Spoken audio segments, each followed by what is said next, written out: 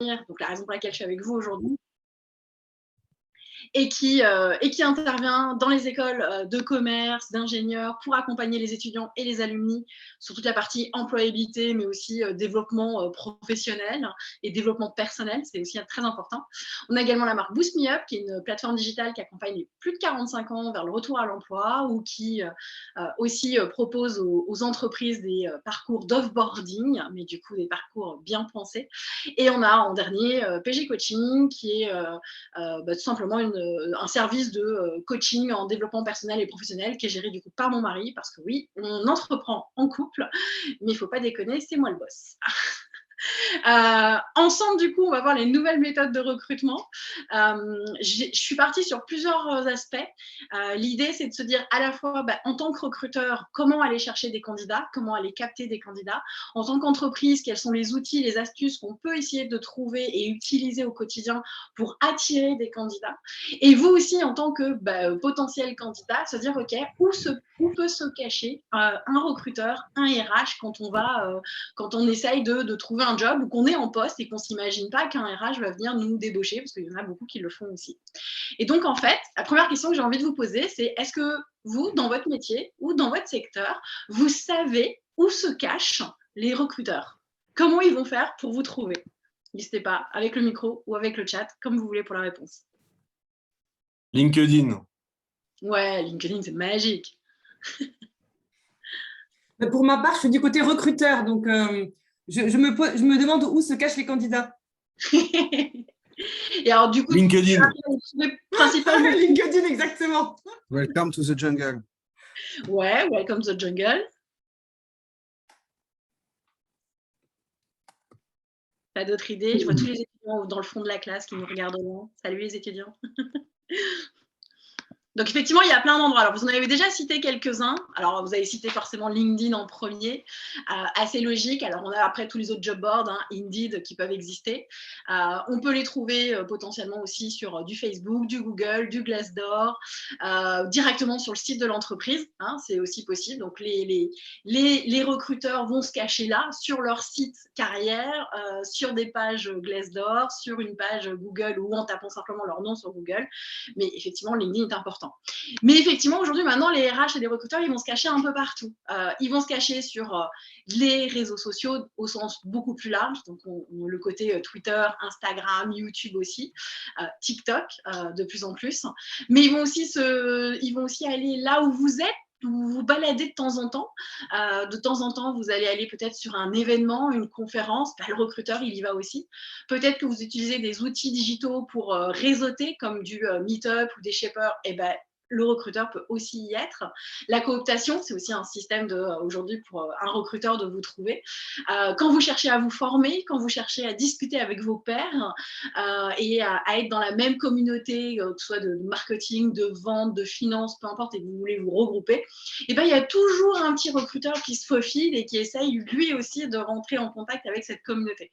Donc, c'est un petit peu ça qu'on va essayer de balayer un petit peu aujourd'hui.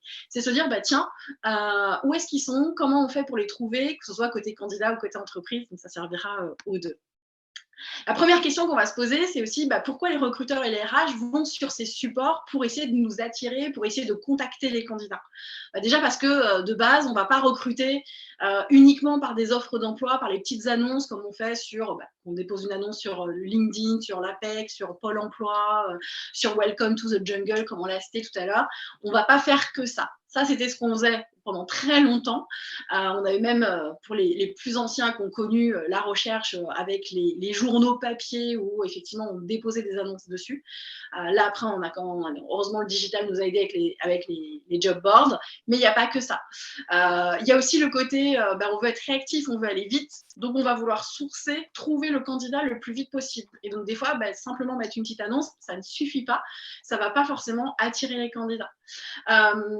Des fois, vous allez aussi avoir des entreprises qui ne vont pas vouloir diffuser d'offres d'emploi et qui vont vouloir faire de la chasse, c'est-à-dire aller trouver le candidat sans que le candidat sache qu'il y a un besoin dans l'entreprise. Donc ça aussi, ça va se faire de plus en plus. Et donc c'est aussi pour ça que la petite annonce ne suffit pas. Parfois aussi, l'entreprise va déposer des annonces, donc que ce soit sur un job board, sur sa page carrière, sur les réseaux sociaux et sur plein d'autres supports. Et puis, elle se rend compte que ça n'attire personne. Il n'y a pas assez de CV. Elle pourrait se poser des questions sur pourquoi son annonce n'attire pas, mais ça peut être un autre sujet de webinaire. Et l'idée, c'est de se dire, OK, puisque on ne reçoit pas assez de CV, il va falloir qu'on parte à la recherche des candidats. Donc, c'est un peu comme si on se transformait en inspecteur gadget, où on sort à chaque fois des petits outils et des moyens d'aller trouver le candidat idéal, en se disant, OK, où est mon personnalité? C'est souvent là-dessus qu'on part, se dire, OK, le candidat idéal, à quoi il ressemble, qu'est-ce qu'il fait au quotidien, qu'est-ce qu'il aime, qu'est-ce qu'il mange, où est-ce qu'il voyage, et comment je peux, tout au long de ça, essayer d'arriver à le rencontrer et à attirer son attention. Et puis, souvent, les candidats ne sont pas toujours très réactifs quand ils voient une annonce sur un job board ou sur LinkedIn, ou alors ils sont trop sollicités et parfois même mal sollicités. Et là, c'est souvent lié à LinkedIn, ou qui envoie des messages automatiques aux candidats, et ce n'est pas forcément toujours très, très bien fait. Et donc, beaucoup de candidats disparaissent de la zone de recherche des recruteurs. Je pense notamment à tous les informaticiens dans l'IT. Les sourcer sur LinkedIn, c'est bien, mais il y a une manière de le faire. Et aujourd'hui, beaucoup de recruteurs vont utiliser des messages automatiques très mal rédigés, et ça va plutôt effrayer les personnes dans l'IT qui ne vont pas du tout y répondre. Donc, on va plutôt essayer de les chercher sur d'autres supports comme GitHub ou Stack Overflow, enfin voilà, toutes ces zones-là, et encore il y en a d'autres. Une autre question pour vous, c'est que pensez-vous des recruteurs ou des RH qui vous contactent? Imaginons un RH vous contacte sur votre compte perso, Twitter, Facebook, Insta, TikTok. Est-ce que, si c'est votre compte perso, est-ce que vous allez bien l'accepter? Est-ce que vous trouvez ça intrusif ou pas? Non, a priori, je vois le nom de la tête qui me dit non, moi je m'en fous, au moment qu'il me contacte, ça me va. Oui, j'ai jamais été exposé à la pratique. Imaginez maintenant que dans l'après-midi, vous recevez sur votre WhatsApp un message, un recruteur qui se présente à vous en disant « Hey, salut, j'ai vu ton CV ou j'ai vu ton profil sur tel site, j'aimerais bien échanger avec toi ou avec vous. Est-ce que vous seriez dispo? Est-ce que vous allez vous sentir vexé ?» Je vois des mots intrusifs qui apparaissent dans l'écran. Je me poserais la question si c'est pas un fake, en fait. Si c'est pas un spam ou quelque chose.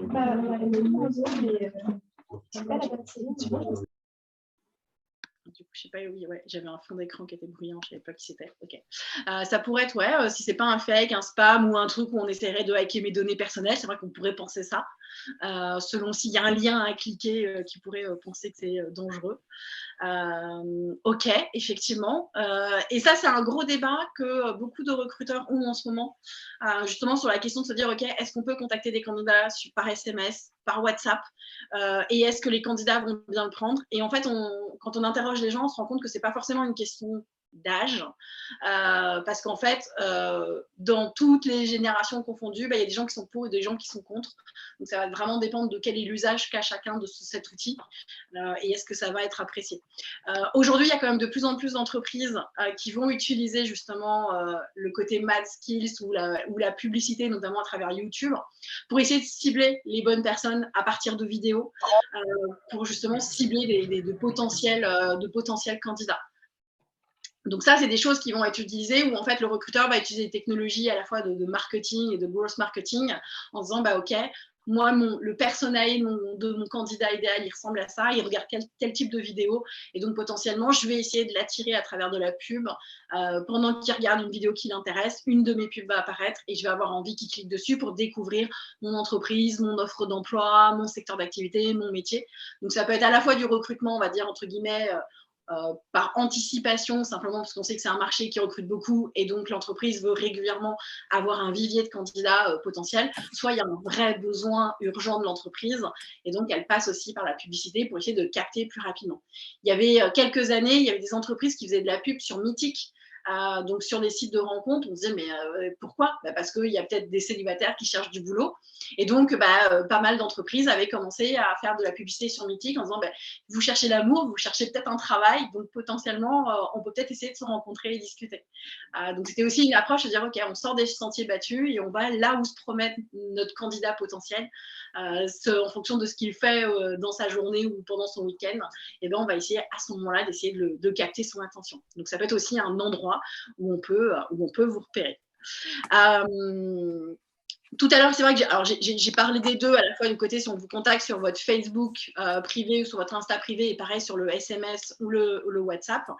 On a aujourd'hui, en tant que recruteur, en tant qu'RH, des outils comme Lusha, Drop Contact, Prophet ou plein d'autres qui permettent de trouver votre téléphone, votre adresse email, perso comme pro, et donc de trouver aussi plein d'informations sur le candidat. Donc, il y a plein de petites extensions aussi Google Chrome qui permettent ce genre de choses. Et ce qui va nous permettre de trouver des informations sur vous et donc potentiellement d'essayer de rentrer en contact par ce biais-là plus facilement avec vous. Quand on trouve que c'est intrusif, on se pose souvent la question de dire mais pourquoi ils font ça ? Pourquoi ils n'essayent pas simplement de nous envoyer un email alors qu'on a déposé notre CV un peu partout ? Peut-être tout simplement parce que l'offre et la demande ne s'est pas rencontrée. À un moment donné, vous avez déposé votre CV quelque part, le recruteur ne l'a pas vu, mais il a vu votre profil à un endroit donné et donc il essaie de raccorder ça avec des coordonnées qu'il va trouver par une extension ou par une autre. Donc c'est simplement que des fois, le CV n'est pas déposé au bon endroit ou le recruteur ne va pas chercher au bon endroit et va chercher par un autre moyen pour trouver les coordonnées d'une personne. On est toujours sur ce jeu de chat et de souris entre candidat et recruteur. Et l'idée, c'est de temps en temps, par un SMS, un WhatsApp, un Instagram, un Facebook ou autre chose, d'essayer de trouver des candidats. Le recrutement par SMS commence à arriver, très clairement. On a des entreprises qui proposent des envois de SMS donc, à des candidats en disant, voilà, potentiellement, vous êtes peut-être que c'est un candidat qui s'est déjà inscrit sur une plateforme, donc on va lui envoyer un SMS pour lui dire que telle entreprise recrute, ou c'est un candidat qui a laissé une information sur un site carrière et du coup l'entreprise revient vers elle par SMS, plutôt que de vous envoyer un email, potentiellement elle vous envoie un SMS. Donc ça va faire partie aussi des nouvelles techniques que de plus en plus de recruteurs RH vont utiliser. Anne-Laure qui me met dans le chat parfois un peu trop en mode tu. C'est vrai, en plus moi la première je le fais beaucoup en mode tu et on a effectivement beaucoup de recruteurs RH qui vont vous approcher en mode on se tutoie et ça peut effectivement aussi ne pas plaire à tout le monde. On ne sait pas nécessairement si la personne va apprécier le vouvoiement ou le tutoiement et beaucoup d'entreprises pour se donner un style vont tout de suite partir dans le tutoiement et ça peut être mal perçu effectivement par ce genre de choses. Les math skills, alors je vois Yves qui me dit je suis déjà perdue avec ces notions de math skills, mais non, c'est pas le côté quinca, rien à voir. Voilà, Aude qui dit voilà, à peine 40 ans, je connaissais pas non plus. On connaît tous les soft skills. Donc, c'est vos qualités personnelles. On a les hard skills avec vraiment la connaissance peut-être de logiciels ou de quelque chose d'un peu plus technique. Les math skills, c'est ce qu'on va appeler, ce qu'on va traduire les compétences un peu folles, les trucs un peu fous que vous faites. Vous êtes peut-être un passionné de saut en parachute, un passionné d'un truc totalement un peu fou et qu'on ne va pas forcément relier à une soft skills ou à une hard skills. Du coup, les recruteurs vont appeler ça, ou les RH vont appeler ça des math skills. Et certaines math skills se disent, ouais, nous, on veut des gens qui sont fous dans leur tête. Ok, donc si c'est un fou furieux du saut en parachute, potentiellement, c'est un fou furieux dans sa tête. Donc, ça peut être une personne qui va pouvoir être rattachée à nos valeurs de l'entreprise, à notre ADN. Et du coup, on va essayer de les recruter sur ces biais-là. Et c'est ce qui fait que de temps en temps, on va aller sur des sites où on ne s'imagine pas trouver un job ou une offre d'emploi se balader là, et qu'en fait, derrière, par exemple, ça peut être le site d'une entreprise qui fait justement des sauts en parachute, et on va contacter cette société et lui dire, ok, qui sont les gens qui visitent votre site ou qui prennent rendez-vous pour des sauts en parachute qui sont dans telle région. Potentiellement, on a peut-être des candidats qui pourraient bosser pour nous parce qu'on aime cet état d'esprit. Et donc, en fait, il va y avoir de la pub sur ce site-là en disant que telle entreprise recrute des gens qui sont passionnés de saut en parachute et qui ont des projets et qui ont tel type de mission à leur proposer. Et donc, par des biais totalement, par des biais moins connus et moins conventionnels, on va essayer d'approcher des candidats. C'est les fameuses math skills. Non, mais des fois, les recruteurs, on est des fous, hein, on va vous chercher partout, on vous trace partout. Mais on le fait pour le bien de tout le monde, hein, promis. Donc ça, c'est le côté SMS. Mais où un recruteur peut encore plus se cacher, on va faire encore plus le tour de plus de technologies, mais aussi de choses qui sont parfois un peu plus évidentes, un peu plus basiques. Et c'est pour ça qu'il y en a vraiment pour tout le monde. Parce que c'est vrai qu'on peut vite se retrouver, on peut vite être perdu par rapport à tout ce qu'il y a. Petit retour vers le futur au préalable, c'est-à-dire que on s'imagine que ce qui se faisait il y a 15 ans ou il y a 10 ans ne doit plus se faire aujourd'hui. Et c'est vrai que quand on y pense, ou on se dit, bah oui, mais il y a des choses qui nous paraissent évidentes, et pourtant, quand on retourne en arrière, on se rend compte, ah oui, mais ça, il n'y avait pas à l'époque. Et quand on prend juste l'époque de 2006, en 2006, LinkedIn ne s'était pas vraiment développé à l'international, Facebook n'avait pas lancé ses pages entreprises, Twitter était à peine naissant en 2006, et on ne parlait pas encore de marque employeur en 2006. Dieu sait qu'on nous en parle aujourd'hui, hein, on n'arrête pas. Et c'est vrai que le côté, ce qu'on appelle aujourd'hui le care candidat, le fait de prendre soin du candidat, d'échanger avec lui, de créer une vraie relation de confiance dans la durée quand on essaye de les recruter, ça n'existait pas du tout à l'époque. Et c'est vrai qu'à l'époque, quand on postulait, on envoyait souvent notre candidature en version papier. Et quand on recevait un email, c'était waouh, un email. Et aujourd'hui, c'est un peu l'inverse. On reçoit plein d'emails. Et quand on reçoit une candidature papier, on fait waouh, une candidature papier. Et je dis ça parce qu'en plus, j'en ai reçu une de candidature. Et j'ai trouvé ça mais tellement incroyable que tout de suite je l'ai contactée en fait. Donc il y avait à la fois son CV, mais elle m'avait envoyé une plaquette, carrément presque une plaquette commerciale, des petits flyers où elle se mettait en avant. Enfin, c'était juste dingue. Et on a tellement peu l'habitude de recevoir ça que j'ai trouvé ça exceptionnel. Bon, en même temps, son profil était aussi ultra bien. Et donc, c'est se dire que des fois, il y a des choses qu'on n'avait plus l'habitude de faire, qu'on peut refaire et qui peuvent aussi fonctionner. On le voit pour beaucoup de PME en région, le fait de repasser par de l'affichage sur les bords de route, les bords d'autoroute, ça fonctionne. Des entreprises arrivent aussi à recruter par ce biais-là. Donc, se rappeler, des fois, c'est de se dire, OK, la technologie, c'est cool, mais on peut aussi essayer de retrouver des manières d'autrefois pour recruter qui peuvent être intéressantes. Yves qui me dit, confirmez-vous que la lettre de motivation est passée de mode et qu'un bon CV suffit? Alors, il y aura toujours les deux camps là-dessus. Aujourd'hui, il y a quand même eu des enquêtes d'Oasis RH qui disaient que 75% des lettres de motivation n'étaient pas lues. Donc, ça fait quand même un petit peu mal. Après, quand on reçoit une lettre et qu'on voit qu'elle a été vraiment personnalisée, qu'elle est bien écrite, on la lit en fait. Parce qu'on voit qu'il y a eu un effort de fait. Mais c'est vrai que très souvent, on va préférer recevoir un mail de motivation. C'est-à-dire que c'est quelque chose qui va être beaucoup plus court, beaucoup plus percutant et qui va nous donner envie de découvrir le CV plus vite. Donc, tout dépend de l'approche et tout dépend de la lettre qu'on diffuse. Si c'est une lettre qu'on a copié-collée sur Google ou ChatGPT, ça ne va pas être terrible. Mais si c'est une lettre qu'on a vraiment écrite avec son cœur ou avec ses tripes, on va tout de suite voir la différence. Et c'est là où on peut aussi marquer des points aux yeux d'un recruteur. Donc, tout dépend du type de recherche. Il y a toujours deux écoles là-dessus. Alors, l'objectif de partir à la chasse côté candidat ou côté recruteur, c'est d'utiliser un peu ce qu'on appelle la méthode AIDA. Donc, attirer l'attention, susciter l'intérêt, créer le désir et donner envie de passer à l'acte. Non, je ne suis pas dans un date, mais je suis bien dans une recherche de candidats, une création de rencontres. Et ça peut être presque un date, mais c'est une rencontre professionnelle qu'on cherche à créer. Premier outil qu'on va utiliser, je vous disais qu'il n'y a pas que l'informatique, mais pourtant l'IA est présent. Il y a des logiciels de recrutement qui se développent de plus en plus chaque année. Donc là, vous avez Aria, HireTual, TurboHire, Fetcher, HumanMe, il y a Xor, il y a SeekOut, il y en a plein qui cartonnent. Et on peut utiliser l'IA pour faciliter la rédaction d'offres d'emploi. Les entreprises peuvent utiliser ça. Pour gérer le sourcing aussi, c'est-à-dire qu'à un moment donné, c'est comme ça occupe quand même beaucoup de temps, et on va utiliser une IA qui va aller chercher sur l'ensemble des réseaux sociaux avec un algorithme l'ensemble des candidats disponibles. On avait c'est Piper qui fait ça aussi, c'est-à-dire qu'à un moment donné, quand vous prenez le logiciel Piper, ça va vous rechercher dans plein de bases de données, sur plein de réseaux sociaux, les candidats potentiels, en fonction du métier, en fonction du diplôme, de l'année de diplomation, peut-être des centres d'intérêt et du potentiel du candidat à bouger. Donc, c'est ça aussi qui est assez intéressant avec Piper, c'est de se dire, OK, avec ce robot, ils ont fait des recherches, ils se sont dit, OK, les gens qui font, par exemple, je sais pas moi, de la finance dans les grands groupes ont l'habitude de bouger tous les 3 ans, 5 ans ou 10 ans. Et donc, quand ils trouvent un profil, ils vont vous dire, OK, ce candidat, potentiellement, ça fait déjà 5 ans qu'il est en poste. Selon les études, c'est possible qu'il ait envie de bouger. Il est en tout cas dans cette zone où la plupart des gens ont envie de changer de boulot. Et donc, c'est un candidat qu'on peut aller activer et qu'on peut contacter.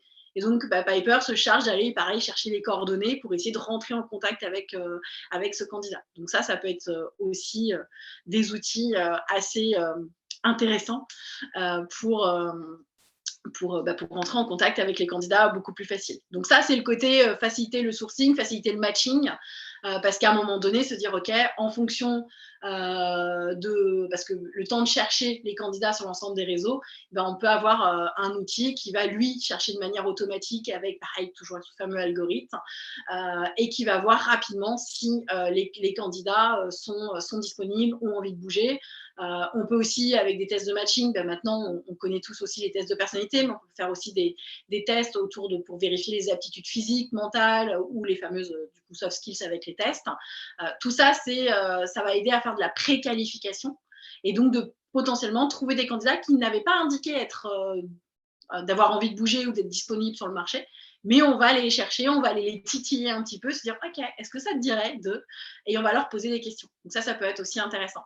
Il y avait quelques temps, j'avais rencontré un entrepreneur qui avait créé une petite application où l'idée, c'était de tester son niveau. Tester son niveau en maths, tester son niveau en anglais, tester son niveau en histoire, tester son niveau en géographie, peu importe. Il faisait comme ça avec son application plein de petits tests. Et son idée derrière, c'était aussi d'essayer de développer des matchings avec les entreprises. Se dire, OK, moi, dans mon entreprise, j'ai besoin de quelqu'un qui comprend vite, qui percute vite. Donc, potentiellement, si il est bon en maths, c'est qu'il a une certaine logique, c'est que ça va assez vite. Donc, si dans tes candidats, dans les personnes qui s'amusent sur ton application, ils ont des scores qui sont très hauts rapidement, potentiellement, c'est des candidats qui peuvent m'intéresser.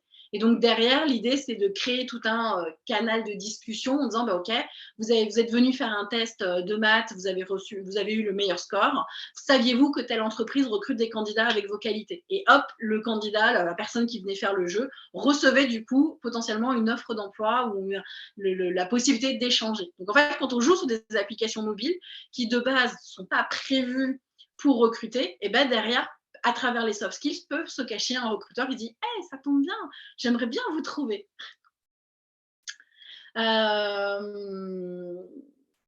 Yves qui me dit « J'aimerais déjà qu'on réponde à mes candidatures ». Oui, mais là, c'est un autre sujet, il faut qu'on travaille le CV et la lettre, du coup, Yves. Et la présence sur les réseaux aussi, c'est ce qu'on dit de toi. Ça tombe bien, on a fait plein de webinaires là-dessus.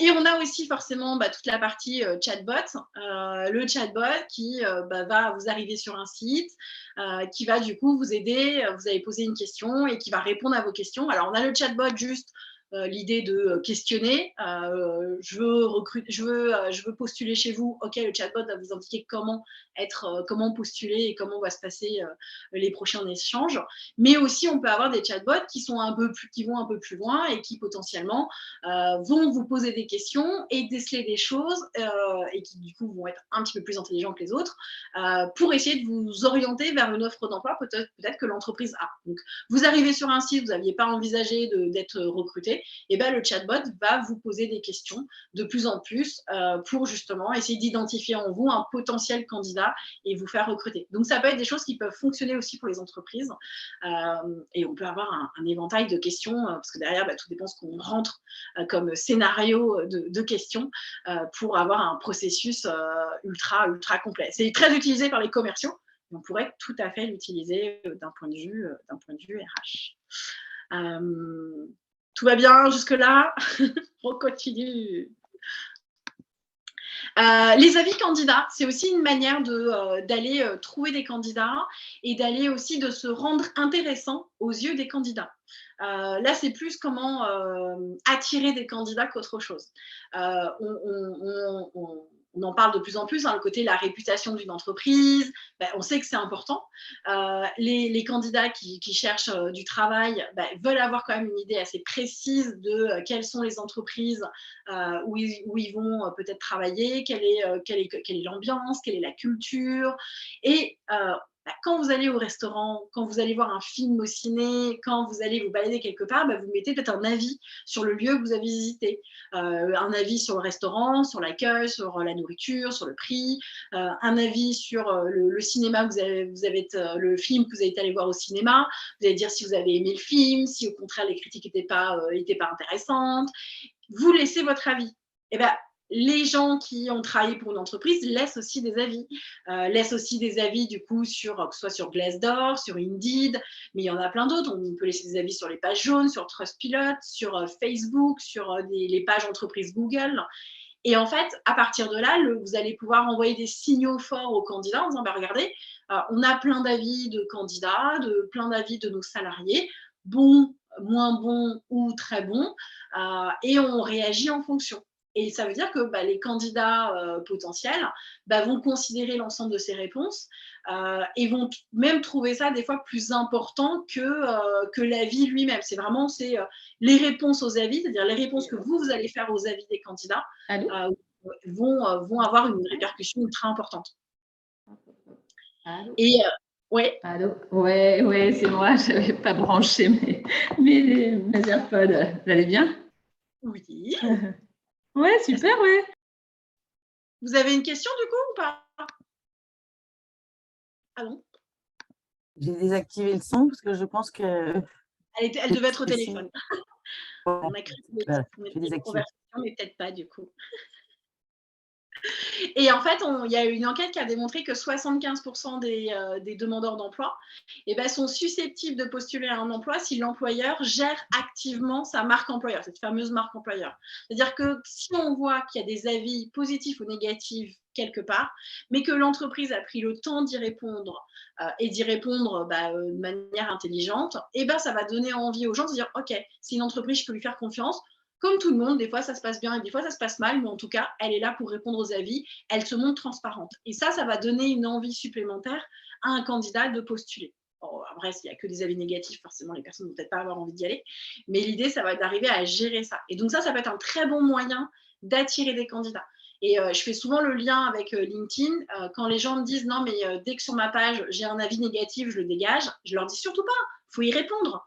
Peut-être que la personne a vécu un mauvais moment, il faut lui demander pourquoi, qu'est-ce qui s'est passé, il faut peut-être faire une enquête effectivement en interne, peut-être qu'il y a quelque chose qui s'est mal passé et qu'on peut améliorer pour la prochaine fois pour éviter que quelqu'un d'autre vive ce moment difficile et se dire ok, on prend acte de ce qui s'est mal passé et on essaye de trouver une solution ensemble pour essayer justement que la personnes comprennent pourquoi ça s'est mal passé, à quoi c'est dû et comment on peut essayer d'améliorer la relation.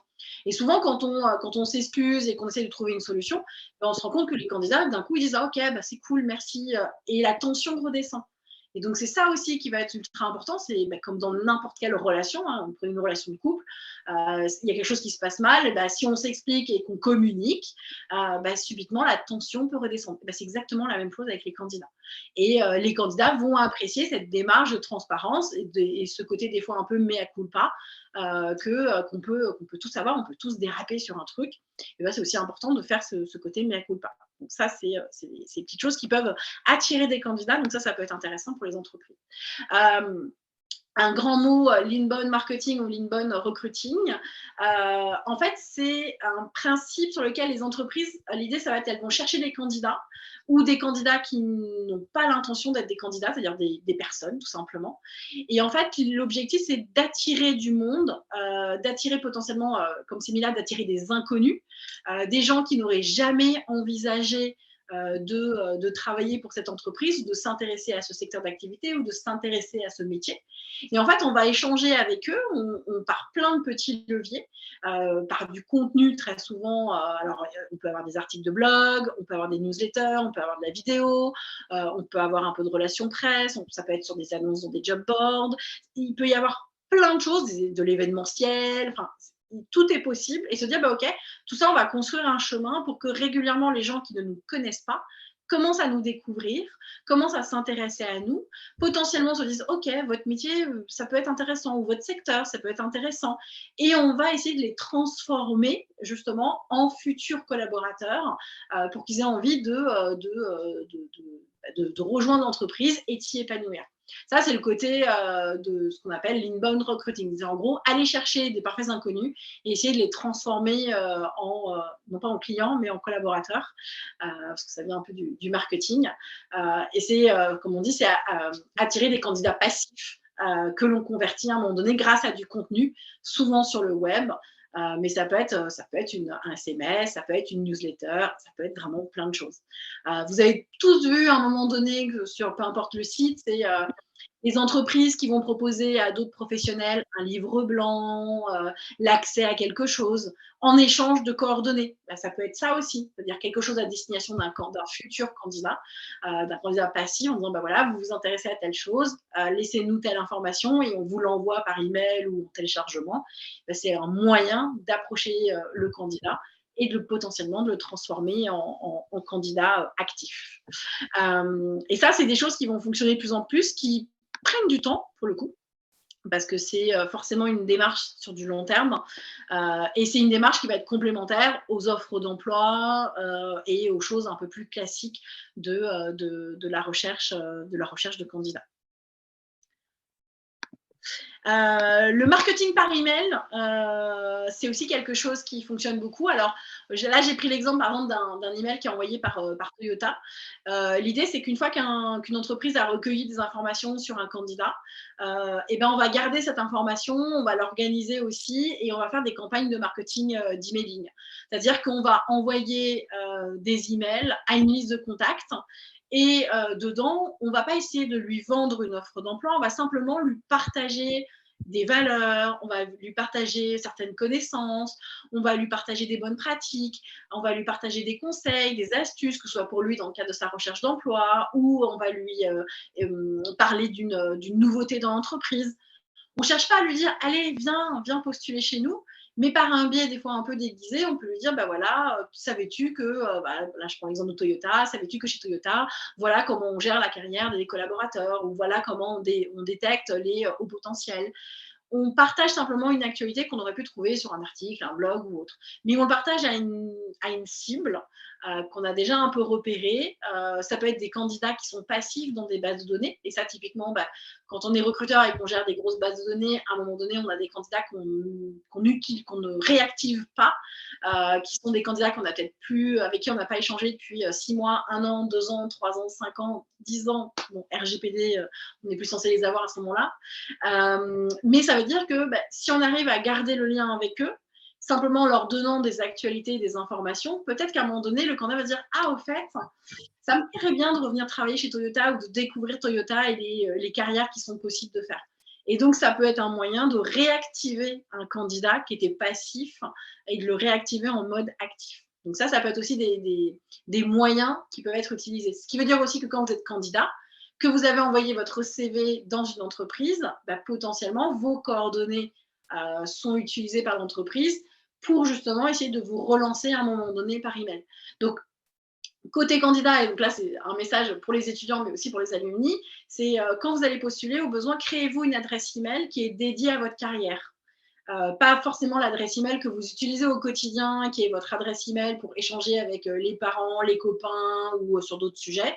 C'est vraiment une adresse email dédiée à la gestion de votre carrière et vous savez que c'est via cette adresse email que vous postulez, que vous échangez avec des RH, avec des recruteurs, avec des potentiels employeurs, et qui va vous permettre de savoir que si on vous écrit sur cette adresse email-là, c'est que c'est une adresse email en lien avec votre carrière et que potentiellement, c'est pour ça qu'on vous contacte. Comme ça évite d'embrouiller tous les emails possibles et inimaginables. Donc ça peut être plutôt pas mal. Et là, l'idée, c'est que par email, une entreprise peut aussi se poser la question de qu'est-ce qui pourrait intéresser des futurs collaborateurs, qu'est-ce qui pourrait me différencier d'une autre entreprise. Et si j'envoie telle information à ce candidat, peut-être qu'il aura envie de revenir vers moi, de revenir dans mon réseau, dans mon vivier de talents et en mode beaucoup plus actif. Et donc ça peut aussi permettre aussi de développer, on en parlait au tout début, c'était le côté cooptation. Peut-être qu'un candidat qui est passif peut aussi vous coopter, vous proposer le profil d'une autre personne que vous allez pouvoir recruter. Donc il y a tout cet intérêt aussi pour une entreprise de prendre soin de son vivier de candidats. Alors, Sandrine, qu'est-ce qu'elle nous dit? Attention à l'automation, car j'ai reçu semaine dernière un mail type comme quoi mon CV et ma lettre ne correspondaient pas au profil et ne souhaitaient bonne chance pour la suite, alors que j'avais eu un entretien de 50 minutes avec la RH, que j'avais rencontré le DG sur un salon, ensuite que je devais me rendre au dernier entretien organisé avec la DG le lendemain. Ah oui, j'ai dû renvoyer un mail pour savoir si l'entretien du lendemain était bien annulé, le projet était top, l'aspect humain, dommage. Ouais, ça effectivement, c'est quand au bout d'un moment tout se mélange et on en revient sur l'idée de la communication. Si ça communique pas entre les services et entre les outils qu'on utilise, ça peut être vite problématique. Le marketing vidéo aussi pour engager les candidats. Alors, je vais voir si vous allez l'entendre, parce que normalement, j'ai une vidéo qui doit se lancer. Hop. Check.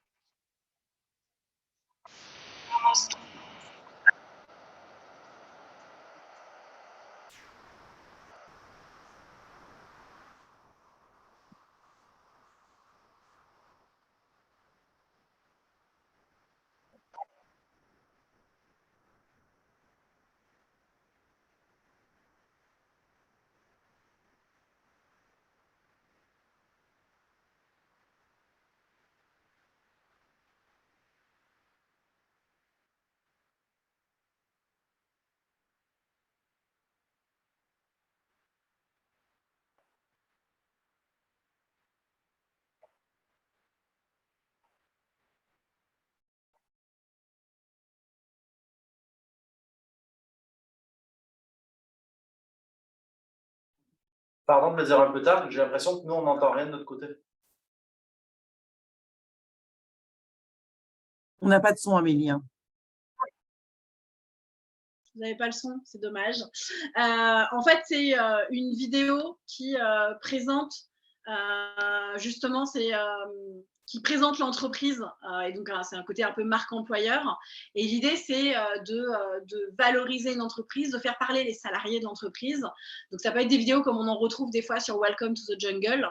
Et l'idée, c'est de se dire, OK, on met en avant, on met en scène l'entreprise et le collaborateur pour donner envie à travers une vidéo à d'autres candidats de rejoindre. Et ça, aujourd'hui, plus de 80% des personnes déclarent vouloir voir plus de contenu en vidéo, justement sur les entreprises, parce que si j'interagis avec elles, en vidéo, c'est quand même plus sympa. Et en plus, on sait que on va retenir plus de 95% du message quand on la regarde en vidéo, contre 10% si c'est juste un texte qu'on va lire. Donc, quand on fait une offre d'emploi, on va retenir à peine que 10% de ce qu'il y a dedans. Maintenant, si l'offre elle était en vidéo, on retiendrait beaucoup plus quelque chose à la fois sur l'offre et sur l'entreprise en tant que telle. Et donc ça montre vraiment l'importance du côté marketing vidéo qui peut être utilisé en RH et en recrutement et qui vont permettre de se connecter justement avec de futurs candidats, avec des candidats passifs. Je refais le lien du coup avec les pubs qu'on peut avoir sur Facebook, sur Instagram, sur LinkedIn, sur tous les réseaux. Et se dire, tiens, si on investit dans de la vidéo de plus en plus pour recruter, c'est aussi pour aller chercher des candidats passifs et se dire, tiens, peut-être que ce candidat qui aime telle chose, qui se trouve à tel endroit, si j'arrive bien à localiser, je veux recruter, je sais pas moi, je veux recruter quelqu'un à Quimper, je vais vraiment localiser sur la Bretagne et sur les villes qui sont aux alentours. Je sais que je vais pouvoir capter l'attention beaucoup plus facilement de la personne.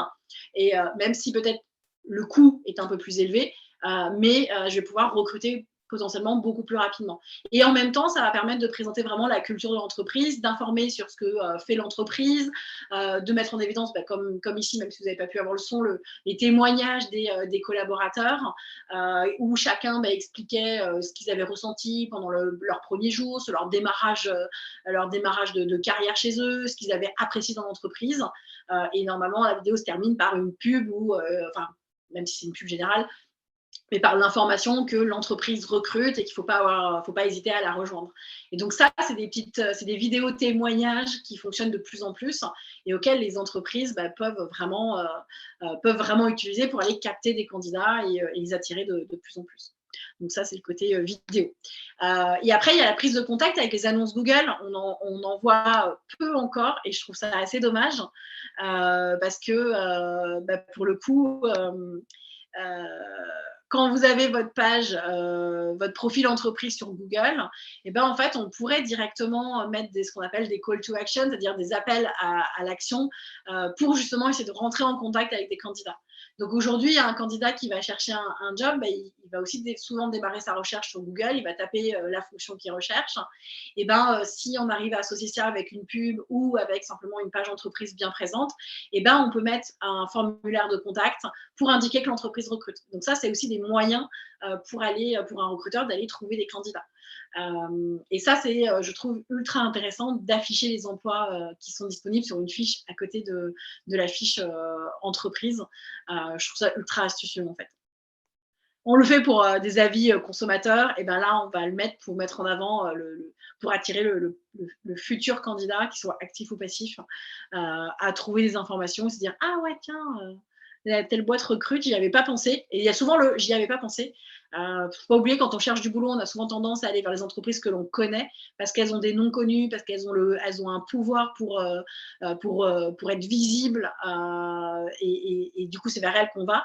Et on a beaucoup de TPE, PME qui sont moins connus, qui sont peut-être beaucoup plus proches de chez nous et auxquels on ne pense pas. Et en fait, en passant par ces biais-là, on peut facilement arriver à les trouver. Je ne l'ai pas mis là, mais du coup, il y a aussi le côté Google Maps. Quand on fait une recherche sur Google Maps, c'est aussi un moyen de trouver des entreprises à côté de chez soi. Et donc, ça peut être aussi un moyen pour une entreprise de communiquer sur sa présence locale pour attirer des candidats. Donc, c'est clairement des stratégies de marketing, de recrutement, qui sont souvent négligées, mais qui peuvent être très, très intéressantes. On l'a tous connu, c'est pas forcément très innovant, mais c'est l'entretien vidéo différé. C'est quelque chose qui fonctionne assez bien. On a Visio Talent en France qui cartonne. Il existe aussi Willow et Interview App. En fait, l'idée, c'est de se dire, OK, alors, c'est apprécié du côté recruteur, c'est de moins en moins apprécié du côté candidat. Comment ça marche? En fait, le recruteur va définir des questions qui vont être envoyées à travers une plateforme dédiée à tous les candidats qui répondent à une annonce. Et ces candidats vont devoir y répondre en vidéo. C'est normalement un gain de temps pour le côté recruteur RH qui va du coup pouvoir se faire une idée du candidat sans forcément avoir à créer du lien avec lui. Là où avant, quand vous répondez à une annonce, on va vous appeler, on va faire ce qu'on appelle une préqualification, on va vous poser quelques questions. Et là, la préqualification se fait directement par vidéo, vous allez répondre à des questions.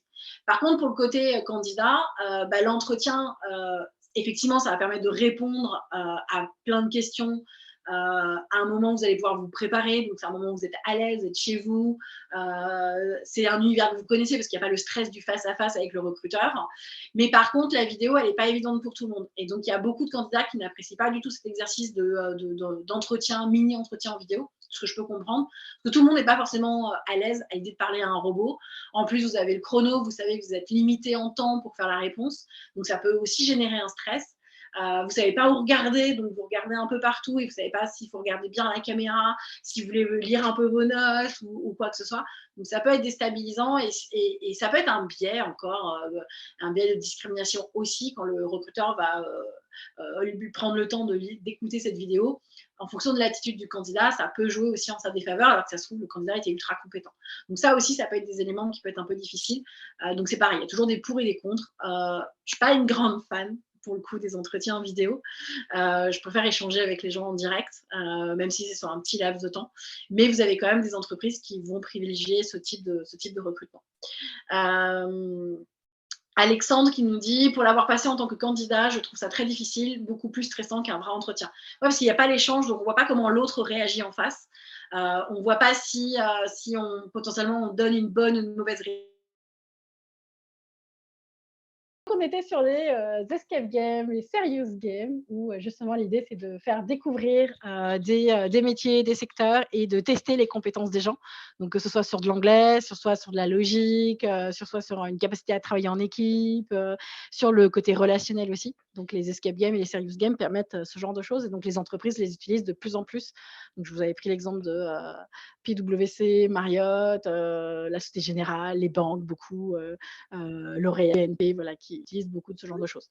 Maintenant, où les entreprises peuvent aussi vous trouver, c'est sur les MOOC. Vous êtes nombreux de plus en plus à faire des formations et à suivre justement des MOOC pour continuer à vous former tout au long de votre vie. Et en fait, les entreprises en fait, vont sélectionner les candidats qui sont allés par exemple jusqu'au bout d'un MOOC. Et aujourd'hui, on utilise ça de plus en plus, c'est-à-dire c'est notamment le cas de l'entreprise Square. C'est une entreprise qui est spécialisée dans le paiement mobile et électronique, qui a embauché un collaborateur après avoir repéré sur une formation qu'il avait validé 6 matières, dont 4 avec une note maximale. Et donc, l'entreprise s'est dit, OK, ce candidat qui suit ce MOOC a de très bons résultats, on veut absolument le recruter. Et donc, en fait, vous avez souvent des RH, des recruteurs, des employeurs qui se baladent et qui regardent un petit peu quels sont les types de MOOC que vous réalisez et si vraiment vous êtes allé jusqu'au bout. Donc, ça peut être aussi intéressant parce que quand vous vous intéressez à un MOOC, vous voyez la liste des autres participants et si vous échangez avec eux à travers la communauté, vous pouvez repérer les bons éléments. Donc, c'est aussi important, surtout qu'en France, on a quand même une forte culture du diplôme.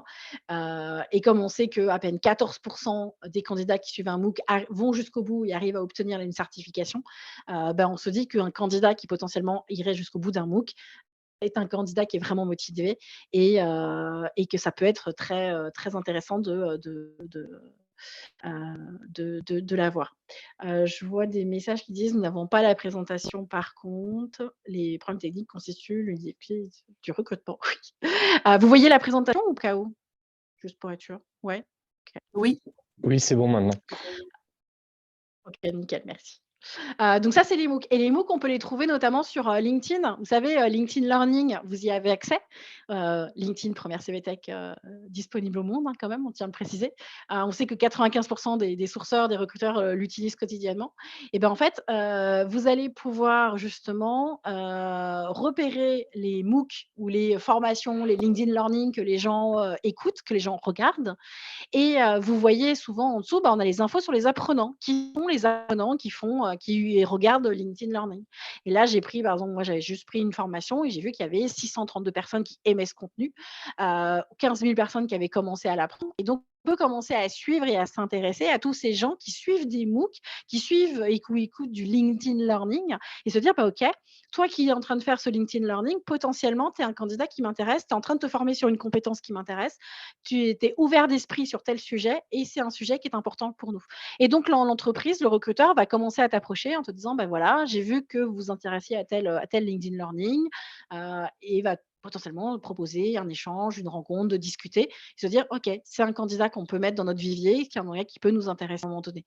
Et comme ça, on a plein d'outils qui nous permettent de relier les personnes qui font du LinkedIn Learning pour pouvoir les contacter. Alors, on peut les contacter en direct sur LinkedIn, on peut automatiser un petit peu avec Phantom Buster pour justement créer des scénarios de discussion avec les gens en fonction du link qu'ils regardent. Donc ça peut être des éléments qui peuvent être effectivement intéressants. On a Twitter de la même manière. Twitter, aujourd'hui, c'est 15 à 20% d'offres d'emploi qui circulent sur Twitter. Donc, c'est un très bon moyen de trouver des candidats en diffusant ces annonces. Vous avez notamment le hashtag #IForEmploi qui permet de communiquer sur son profil ou de communiquer sur sa recherche d'emploi.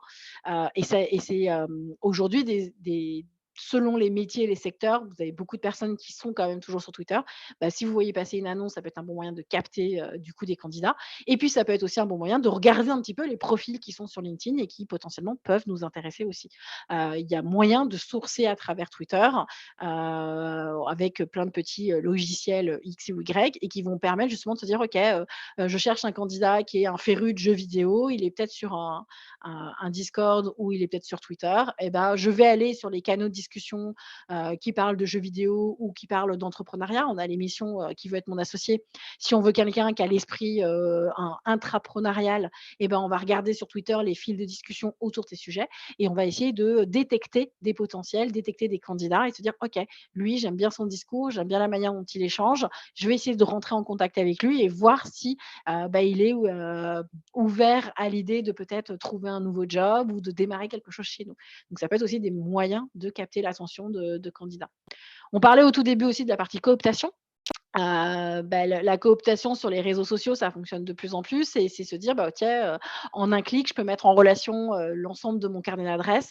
Donc on a du CoopTime, du KeepUp, du My Job Company et ça permet de recommander son réseau et de faire gagner, de 250 à 1 000 € facilement. Se dire: «Tiens, je connais un tel qui peut correspondre à ce job, si ça fonctionne je suis rétribué» et donc en fait, c'est faire appel à toute sa communauté, qu'elle soit active ou passive, se dire: «OK, vous cherchez un boulot, mais peut-être qu'en même temps, vous connaissez des gens qui cherchent aussi du boulot ça peut aussi sachant que nous, on recrute ce type de poste, mais aussi sur tous ces métiers parlez-en autour de vous. Peut-être que grâce à vous, un ami va trouver du boulot et vous allez pouvoir, recevoir, une petite prime, grâce à ça. Donc ça, c'est des petites techniques aussi de se dire: «OK, quand vous avez un candidat, vous dites: "Bah oui, mais moi, mon candidat, il est, focus marketing"». Oui, mais dans son réseau, il a peut-être des gens qui sont RH, qui sont peut-être commerciaux, qui sont peut-être financiers, et qui peuvent, à qui il peut aller parler du fait que notre entreprise recrute. Donc c'est aussi de voir, l'environnement, du candidat et de nos cibles et de se dire: «OK, peut-être que, dans son entourage, il y a des gens, que ça peut intéresser». On a les meet-up. Moi, c'est un truc que j'adore, les meet-up. Je ne sais pas si tout le monde connaît. Les meet-up, c'est en fait un réseau et une application qui va vous permettre d'échanger, de réseauter avec n'importe qui, dans le monde. Typiquement, vous avez, on va prendre par exemple l'exemple en France, vous me dites: «OK, moi je recrute des RH ou des recruteurs». Je vais aller chercher sur Meetup, des groupes de discussion, autour justement du métier de RH, des préoccupations et des enjeux, des problématiques que les RH peuvent rencontrer. Donc on peut avoir des Meetup autour de la marque employeur, on peut avoir des Meetup autour de l'engagement des collaborateurs, on peut avoir des Meetup sur, la gestion de la paye et en fait, sur ces Meetup, on peut avoir autant de groupes autour des sujets, perso que des sujets pro. Donc ça peut être des gens qui adorent voyager, des gens qui adorent faire du sport ou des gens qui ont des problématiques, plus business. Et donc en fonction des meet-up qu'on va rejoindre, donc des groupes de discussion qu'on va rejoindre, on va pouvoir discuter avec eux, puis en même temps, on va pouvoir aller les rencontrer parce que l'objectif des meet-up, c'est quand même de rencontrer les gens dans la vraie vie. Donc les meet-up, ça peut être en journée, ça peut être en soirée, ça peut être la semaine, ça peut être le week-end, il y en a tout le temps et c'est souvent, on va se retrouver dans un café, dans un bar et puis, on va, entre pairs, on va discuter, papoter, autour de cette thématique. On a peut-être un speaker qui va venir nous présenter quelque chose. Mais dans cette salle, puisqu'on a par exemple, si on reste sur notre cible RH, on se dit: «OK, je veux recruter un DRH dans ma boîte. Aujourd'hui, je sais que le DRH va peut-être s'occuper des problématiques de paye je vais, discuter avec plein d'autres DRH qui ont forcément un réseau de DRH et peut-être qu'à l'intérieur de ce meet-up, je vais pouvoir discuter avec mon futur candidat». Parce que, il y a toujours un recruteur qui traîne dans un meet-up, toujours. À l'époque, quand on recrutait beaucoup de développeurs et qu'on allait sur les meet-up, dédiés aux développeurs, à un moment donné, oui, les développeurs nous ont vu venir et il y avait dans les meet-up de développeurs, il y avait plus de recruteurs que de développeurs. Parce qu'à un moment donné, ils ont compris que, les recruteurs venaient les chercher directement, là où ils allaient discuter et papoter entre eux. Mais ça peut être un très bon en tout cas de faire des belles rencontres, de travailler son réseau, déjà de 1, quand on cherche du boulot, c'est aussi important de travailler son réseau et 2, aussi de, rencontrer des personnes qui vont pouvoir vous orienter vers des postes, vers des missions et de se faire connaître. Ça peut être aussi un bon moyen de pas être anonyme dans sa recherche d'emploi et de se pas se sentir seul. Donc les meet-up partout dans le monde, vous ouvrez l'application en fonction du pays où vous voulez aller, il y a forcément un meet-up, qui démarre. Si demain vous me dites: «Moi Amélie, je cherche un boulot en Angleterre», l'idée c'est pas forcément d'aller faire 36 meet-up en Angleterre, mais c'est de repérer les meet-up qui sont actifs dans votre métier, dans votre secteur en Angleterre et de regarder qui sont tous les participants et de pouvoir les contacter soit en direct, soit directement via LinkedIn. Donc de se dire: «OK, ma cible, elle est là, je peux pas aller la voir en direct, mais je peux aller la contacter». Donc ça aussi, c'est un moyen. Vous avez aussi l'application Shaper qui est une application, lancée par des Français. C'est, l'ancien fondateur de Attractive World qui a lancé, Shaper et l'idée, c'est que c'est un peu le Tinder de l'emploi. C'est-à-dire que vous allez vous connecter avec votre profil LinkedIn, vous allez indiquer quelle est votre recherche, quels sont vos centres d'intérêt, quelle est votre formation, quel est votre parcours professionnel. Vous indiquez si vous êtes plutôt recruteur, si vous êtes plutôt candidat, si vous êtes, business angel, mentor, peu importe ce que vous êtes et en fait, Shaper, tous les matins avec l'option gratuite, vous allez va vous proposer une dizaine de profils que vous allez pouvoir voir s'il y a un match ou pas. Et donc, si le profil de la personne vous intéresse, vous swipez à droite. Si le profil de la personne ne vous intéresse pas, vous swipez à gauche. Et si vous swipez à droite et qu'il y a un match, eh ben, vous allez pouvoir discuter, échanger avec. Et comme ça a bien fonctionné, que au départ, c'était vraiment une appli orientée networking, et ben Shapr s'est vraiment lancé sur l'approche recrutement. Et aujourd'hui, on lançait vraiment le Shapr talent en se disant, bah, OK, on va aider les entreprises à recruter les talents qui sont sur notre application et qui potentiellement sont ouverts à la recherche d'emploi. C'est une application qui fonctionne très bien en France, qui cartonne aussi aux États-Unis, parce qu'ils sont aussi lancés sur le marché américain et ça fonctionne assez bien. Donc ça, c'est des techniques qui permettent aussi. Moi, j'ai trouvé des clients, j'ai trouvé des candidats sur Shapr et ça vous prend 3 minutes tous les matins. Vous défilez une dizaine de profils et ça peut être le début d'une belle rencontre. En tout cas, ça va être beaucoup très intéressant et assez pertinent de rencontrer ce genre de candidats. On parlait des meet-up tout à l'heure ou des événements type LinkedIn Learning ou autre. Et ben, vous avez la même chose sur des conférences, sur les webinars. Un webinar avec une thématique proposée gratuitement par une entreprise qui est peut-être l'entreprise qui vous intéresse ou par un, je sais pas moi, un conférencier et qui, à l'intérieur, c'est des thématiques qui intéressent les candidats que vous souhaitez recruter. Ça marche dans les deux sens. Et ben, c'est aussi l'occasion d'aller y faire un tour, d'apprendre quelque chose ou tout simplement de se faire remarquer par un manager, un futur collaborateur ou en tant que recruteur, d'aller trouver son futur candidat pour la mission. Et pour ça, bah, vous avez Webikeo, donc Eventbrite qui est souvent le plus connu, les webinaires qui sont proposés par French Web, les LinkedIn Events. Vous pouvez proposer sur LinkedIn des événements.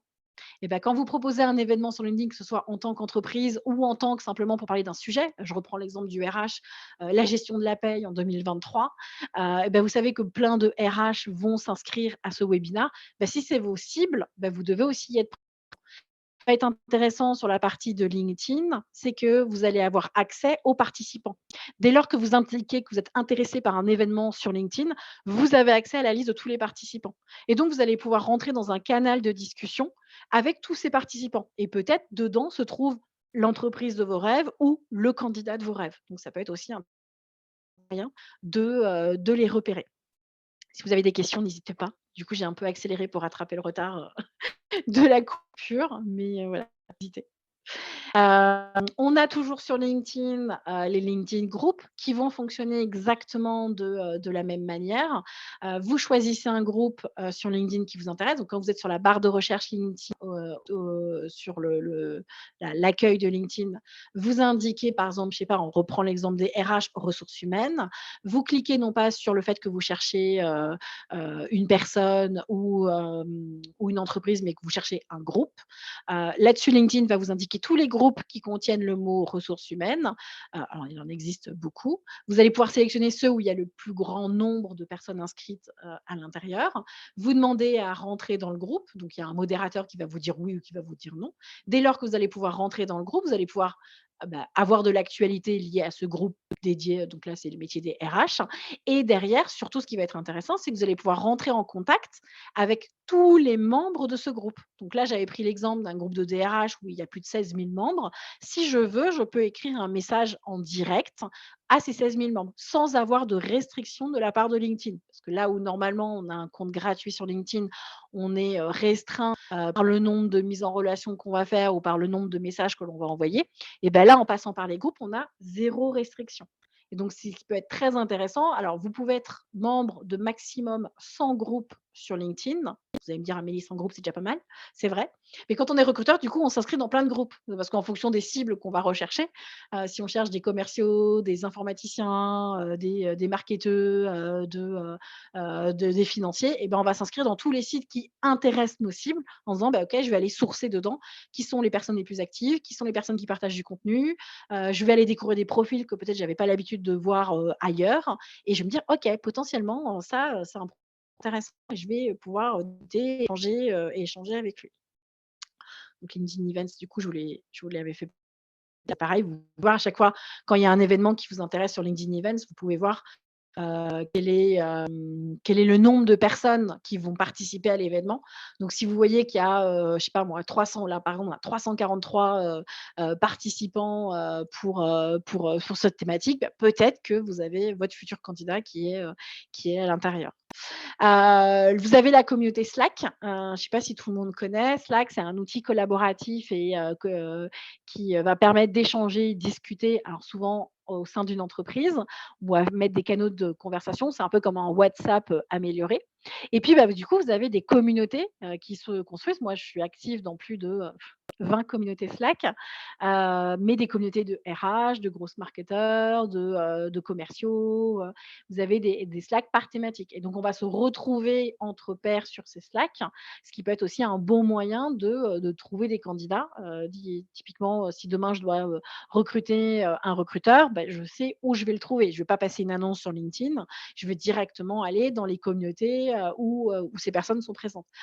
En plus, sur ces communautés, on partage souvent des offres d'emploi, on partage souvent des CV, parce qu'on se dit, tiens, moi j'ai rencontré tel candidat, il ne peut pas m'intéresser, mais peut-être toi, il peut t'intéresser. Donc, vos CV peuvent aussi circuler. Que vous soyez candidat ou que vous soyez recruteur, c'est des communautés qui vont vous intéresser. Vous avez sur le site techcommunities.fr, vous avez une liste de toutes les French Tech, toutes les groupes Slack qui ont été créés par thématique, que ce soit lié au e-commerce, au no-code, côté startup, le côté design, le côté growth hacking ou autre. En fonction des candidats qu'on va recruter, on va essayer de rejoindre ces communautés pour justement se rapprocher de notre cible, de celle que l'on a envie de recruter. Donc vous-même, si vous êtes candidat et que vous êtes dans un Slack communautaire, dites-vous qu'il y a peut-être un RH ou un recruteur qui va peut-être se balader et qui va peut-être essayer de repérer votre profil. Et de même qu'il y a Slack, vous avez Discord, qui est beaucoup plus connu sur la partie IT, jeux vidéo, parce que c'est souvent là-dessus que l'on démarre. En fait, vous tapez des recherches quand vous êtes sur Discord pour repérer un petit peu les thématiques ou les groupes de discussion. Là, par exemple, je vous ai fait une recherche sur la partie finance, mais si demain je devais recruter quelqu'un, je ne sais pas moi, qui fait, oui, que dans la finance, peu importe, je sais que j'ai 26 communautés accessibles gratuitement comme ça, en tout cas visibles, dans lesquelles je peux rentrer, je peux aller discuter avec des gens. Je vois le nombre de membres, donc on est à 6 000 membres, à 19 000 membres, donc c'est juste énorme. Donc après, l'idée, c'est de cibler en fonction si je veux une communauté française, une communauté à l'international ou autre. Mais en tout cas, je peux trouver des candidats en allant sourcer. C'est toujours se dire, tiens, où est mon candidat? Où est-ce qu'il est? Qu'est-ce qu'il fait? Qu'est-ce qu'il fait de sa journée, mon candidat? Quand il se lève le matin, quel est son rythme? Est-ce qu'il fait du vélo? Est-ce qu'il va prendre le métro? Est-ce qu'il va prendre le bus? Est-ce qu'il vient à pied? C'est s'imaginer tout le chemin. C'est un peu le parcours client qu'on apprend quand on fait du marketing ou de la vente. On apprend le parcours client pour faire en sorte que notre client découvre notre produit et qu'il ait envie de l'acheter. En fait, c'est exactement la même chose qu'on fait quand on fait du recrutement. On réfléchit au parcours candidat. Que fait mon candidat au quotidien et comment je peux essayer de le trouver sur l'ensemble de ce parcours. Donc souvent, c'est un chemin qui peut être long, mais qui peut aussi très vite porter ses fruits. Bon, on connaît tous le côté Instagram, WhatsApp, TikTok qui se développe de plus en plus. C'est un réseau, WhatsApp, c'est un réseau encore assez sous-utilisé en France. Pourtant, il y a 1 milliard de personnes dans le monde. Il y a à peine 8 millions de personnes en France qui l'utilisent. Il est lié au téléphone, donc on sait que quand vous recevez un message sur WhatsApp, c'est directement dans vos notifs. C'est un peu comme un SMS qu'on a vu tout à l'heure et en plus c'est gratuit, donc c'est pratique. Et le côté Instagram, c'est aussi le réseau qui va beaucoup fonctionner. On est quand même 11 millions de personnes à utiliser Instagram en France, soit presque autant que LinkedIn, mais il y a quand même plus d'engagement sur Insta que sur LinkedIn. Et ce qui va être intéressant, c'est de dire, OK, à travers mes collaborateurs, ça peut être les salariés qui communiquent et donc je peux toucher des cibles, à travers des influenceurs qui feraient de la pub, à travers de la pub sur Insta, je peux toucher potentiellement ma cible. TikTok, c'est la même chose, qui fait la part belle à toutes les vidéos qui sont très courtes. Il y a déjà plus de 6 millions d'utilisateurs mensuels en France. Alors, l'âge est plutôt sur les moins de 24 ans, mais ça veut dire aussi qu'on peut travailler, et là, quand on est recruteur, c'est le côté marque employeur, c'est-à-dire qu'on va aussi habituer des jeunes à entendre parler de notre entreprise, à entendre parler d'un métier. Si on veut aussi qu'un métier soit un peu plus féminisé, c'est aussi communiquer dessus sur les réseaux sur lesquels se trouvent les jeunes et se dire, OK, vous êtes sur TikTok, on va vous faire découvrir des métiers pour qu'à un moment donné, vous ayez envie de vous lancer dans ces formations-là. Donc, ça peut être des belles opportunités de rendre visible auprès de jeunes candidats sur le terrain, sur sur leur terrain de jeu, parce que finalement TikTok c'est un peu le leur, et de faire découvrir des entreprises qui recrutent, faire découvrir des métiers, des secteurs. Vous avez notamment l'agence d'intérim Synergie qui l'a testé. Elle a fait une vidéo qui a fait un peu plus de 500 000 vues, enfin qui a été vue 500 000 fois, qui a généré plus de 6 000 likes, qui a plus de 300 commentaires. Alors ils ont reçu une cinquantaine de CV. Vous allez me dire, pour l'ensemble, c'est pas énorme. Oui, mais si ça se trouve, dans ces 50 CV, c'était suffisant. Ils ont trouvé les perles rares dont ils avaient besoin. Donc, c'est se dire qu'à un moment donné, on peut aussi utiliser cet outil pour communiquer, pour se faire connaître, faire découvrir un produit, un service et donner envie aussi à des jeunes de se lancer dans cette formation ou de découvrir l'entreprise pour de l'alternance, pour des stages. Ça peut être un bon moyen aussi d'anticiper les besoins de recrutement futurs. Donc là, on est vraiment du côté anticipatif. On a le street marketing. Il y en a peut-être qui l'ont découvert sur justement dans l'émission Qui veut s'associer. C'est Atypique. Alors, il en existe d'autres, mais j'avais envie de le mettre lui en avant. Qui, en fait, une entreprise le contacte en disant, voilà, on recrute je sais pas, des personnes pour travailler dans nos magasins. Et ben lui, il va aller, par exemple, je sais pas, si on ouvre un magasin en plein cœur de Paris, lui, il va travailler dans la zone où le magasin va s'ouvrir et il va aller à la rencontre des gens dans la rue en disant, bonjour, est-ce que vous cherchez du travail? Et en fait, c'est un peu comme avait fait, j'ai oublié la marque, dans le métro, où elle avait commencé à dire qu'elle recrutait dans le métro. Atypique, il fait exactement la même chose. C'est directement sur le terrain, dans la rue.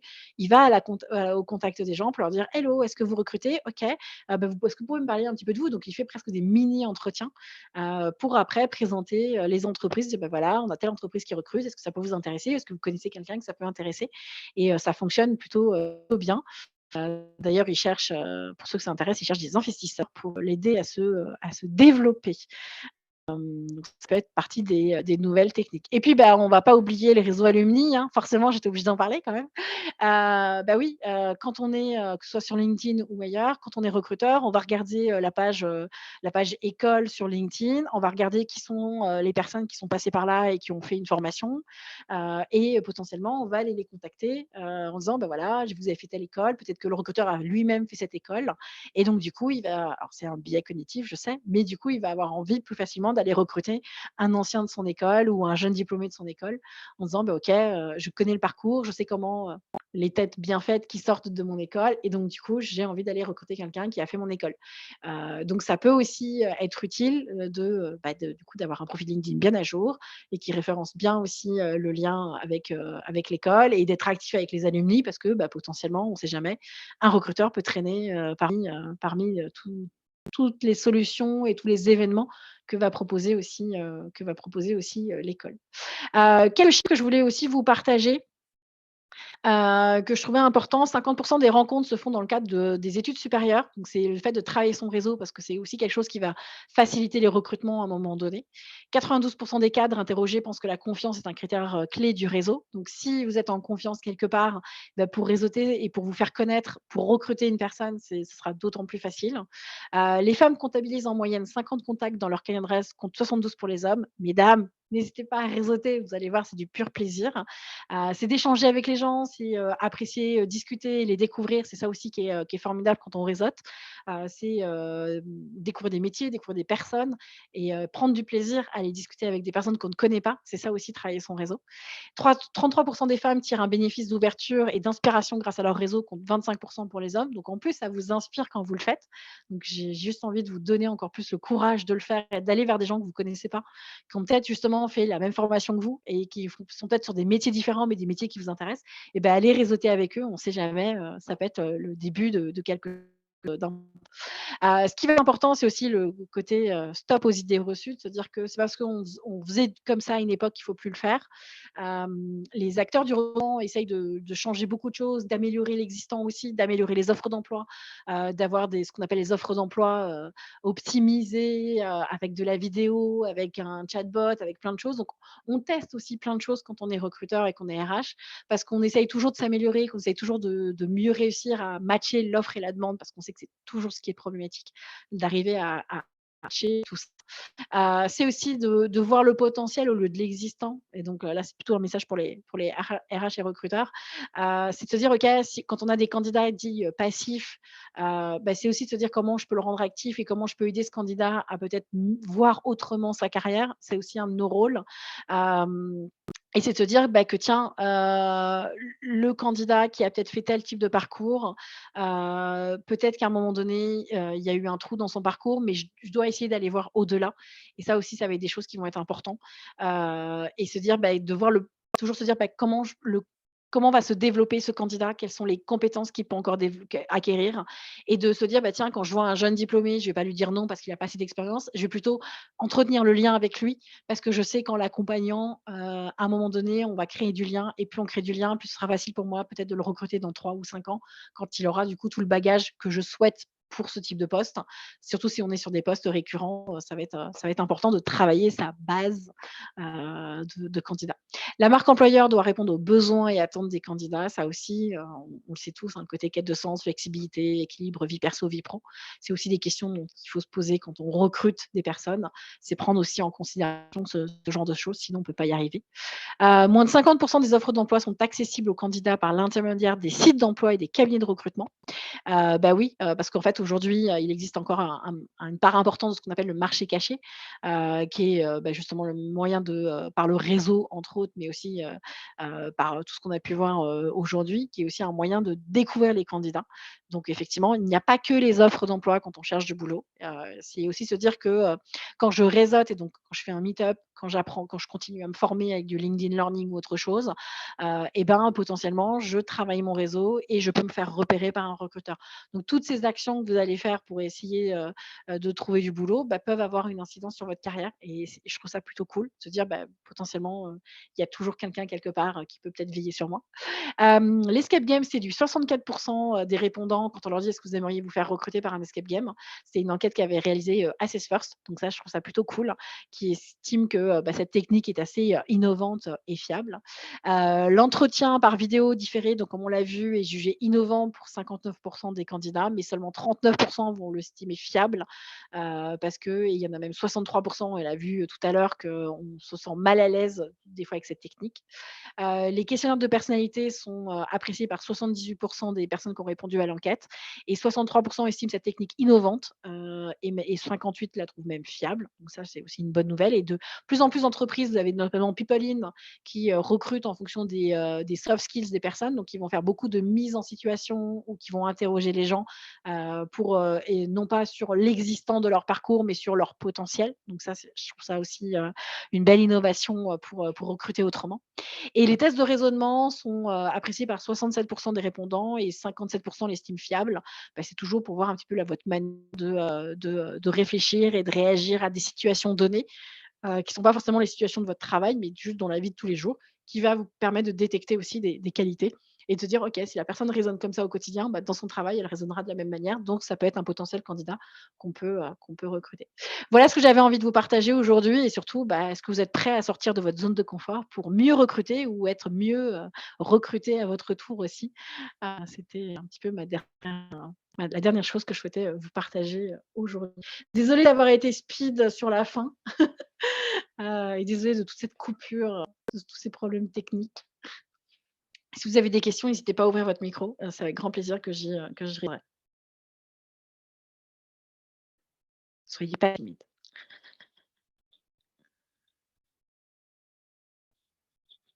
Merci. Ravie que vous ayez appris plein de trucs. On a perdu pas mal de monde parce qu'effectivement, souvent à 14h, il faut raccrocher, on va dire. Les gens reprennent. Donc, en tout cas, merci beaucoup à tous d'être restés malgré les incidents techniques qui ont émaillé ce webinaire. Je vais remettre le replay et je couperai, bien sûr. D'ailleurs, je vais l'arrêter tout de suite. Et puis, écoutez, en tout cas, je vous invite à aller dans notre agenda parce qu'il y a d'autres webinaires qui sont prévus jusqu'au mois de mai. Donc, allez-y, il y a un programme qui est déjà fait. Il y a pas mal de choses intéressantes. Donc, vraiment, allez-y, inscrivez-vous. Et promis, d'habitude, il n'y a pas de problème technique. D'habitude, ça roule nickel. D'habitude, ça roule nickel. Ouais.